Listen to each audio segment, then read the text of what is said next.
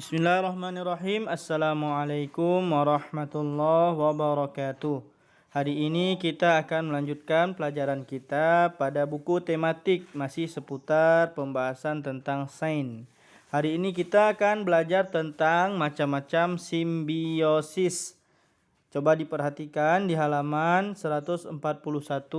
Di situ ada 3 jenis simbiosis. Apa itu? Yaitu simbiosis mutualisme, simbiosis komensalisme, dan simbiosis parasitisme. Pengertiannya kita baca di bawahnya. Simbiosis mutualisme.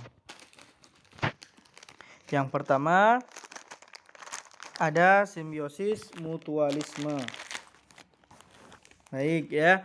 Simbiosis mutualisme adalah hubungan yang saling menguntungkan antara dua makhluk hidup. Di sini dikasih contoh, kupu-kupu dengan bunga. Kenapa kupu-kupu dengan bunga? Ada apa antara mereka berdua? Jadi antara kupu-kupu dan bunga ini ada kerjasama, yang mana kerjasama ini saling menguntungkan. Ketika kupu-kupu dia menghisap sari yang ada di bunga, maka nanti akan jatuhlah serbuk sari yang ada pada bunga ke bawah, ya.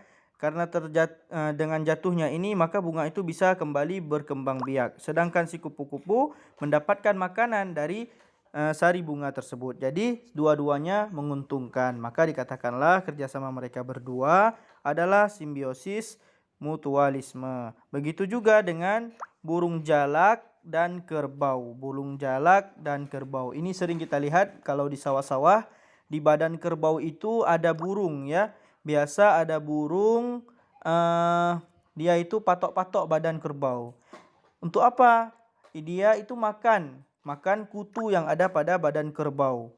Jadi di sini terjadilah kerjasama yang saling menguntungkan antara kerbau dan burung. Baik ya, si kerbaunya bersih dari kutu sehingga dia bebas dari penyakit, sedangkan si burung kenyang, dia makan kutu yang ada pada badan kerbau. Baik, ini dua contoh simbiosis mutualisme, yaitu simbiosis kerjasama yang saling menguntungkan. Yang kedua, simbiosis komensalisme. Apa itu? Simbiosis komensalisme adalah hubungan antara dua makhluk hidup. Yang satu mendapat untung dan yang lain tidak dirugikan. Contohnya pohon anggrek yang biasa menempel pada pohon. Jadi ini adalah kerjasama antara dua makhluk hidup. Hubungan antara dua makhluk hidup. Yang satu dapat manfaat dan yang satunya lagi dia tidak dapat apa-apa. Tidak dapat manfaat dan juga tidak dapat kerugian, ya. Contohnya pohon anggrek yang biasa ada pada pohon-pohon yang lain. Pohon anggrek ini dia tidak membuat pohon yang lain yang tempat dia singgah itu berbahaya dan juga tidak membuat pohon yang lain itu bermanfaat dengan adanya dia. Jadi inilah namanya simbiosis komensalisme. Hubungan antara dua makhluk hidup, yang satu mendapat untung dan yang satu lagi tidak mendapat bahaya, juga tidak mendapat untung. Baik ya. Yang ketiga, simbiosis parasitisme. Parasit, ya, adalah hubungan antara dua makhluk hidup, yang satu diuntungkan dan yang satu dirugikan. Contohnya tali putri dengan inangnya, ya. Ini Ustadz kurang paham ya contoh ini. Dan yang kedua, benalu dengan pohon yang ditumpanginya. Baik, kalau benalu dengan pohon yang ditumpanginya, ini sering nampak di pohon-pohon yang ada di sekeliling kita. Misalnya di pohon mangga. Kalau dia itu sudah tumbuh benalu di atasnya, itu pohon mangga itu akan sulit untuk berbuah. Bahkan dia akan bisa menjadi mati dia, ya. Jadi benalu itu tumbuh terus, sehat dia di situ, mengambil manfaat dari pohon mangga. Sedangkan pohon mangga dia nggak bisa lagi untuk menghasilkan buah. Bahkan pohonnya nanti akan menjadi jelek. Begitu juga dengan pohon-pohon yang lain yang tumbuh benalu pada pohon tersebut. Makanya sering kita dengar, engkau bagaikan benalu di dalam hidupku, ya. Artinya apa? Dia mengganggu selalu. Kita selalu terganggu dengan kehadiran dia. Sedangkan orang yang mengganggu kita itu mendapatkan manfaat. Maka dikatakanlah engkau bagaikan benalu ya, yang selalu mengganggu. Ya, seperti itulah ya. Kalau tali putri dan inangnya ini Ustadz tidak tahu di mana siapa yang mengambil manfaat. Apakah tali putri, apakah inangnya? Nah, karena belum tahu bagaimana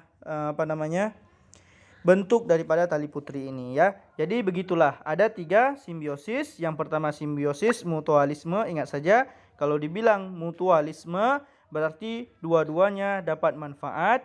Sedangkan simbiosis komensalisme, satu mendapat manfaat sedangkan satunya lagi tidak mendapatkan apa-apa. Kerugian tidak dapat dan juga manfaatnya tidak dapat ya. Kemudian yang ketiga, simbiosis parasitisme, yang satu mendapatkan manfaat, sedangkan yang satunya lagi mendapatkan kerugian.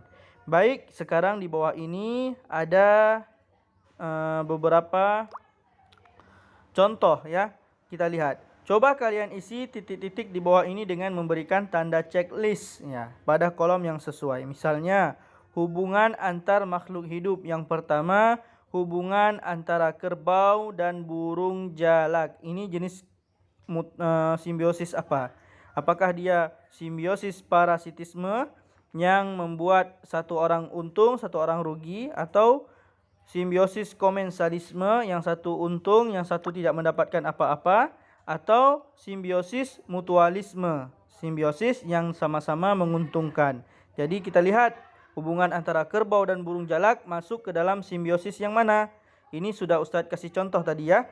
Tentunya ini adalah sebagaimana yang telah kita jelaskan, merupakan simbiosis mutualisme. Dua-duanya mendapatkan manfaat.